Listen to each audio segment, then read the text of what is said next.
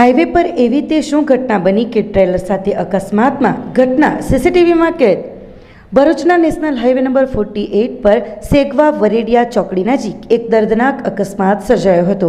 સાંજના સમયે બનેલી ઘટનામાં એક મહાકાય ટ્રેલરે ગાયોના ટોળા સાથે અથડામણ કરી હતી। આ અકસ્માતમાં 6 ગાયોના ઘટના સ્થળે જ કરુણ મોત નીપજ્યા હતા।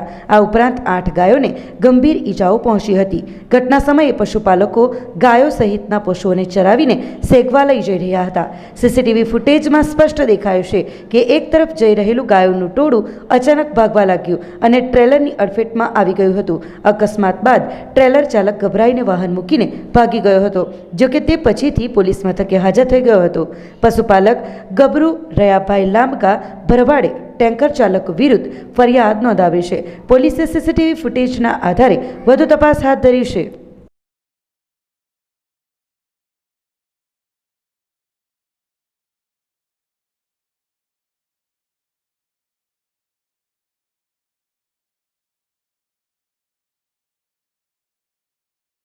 આપણી સંકલ્પ ન્યૂઝ ચેનલને સબસ્ક્રાઇબ અને લાઇક કરો, બેલ આઇકન દબાવો જેથી આવનાર ન્યૂઝ અપડેટ્સની નોટિફિકેશન આપના મોબાઈલ પર સૌથી પહેલા પહોંચે।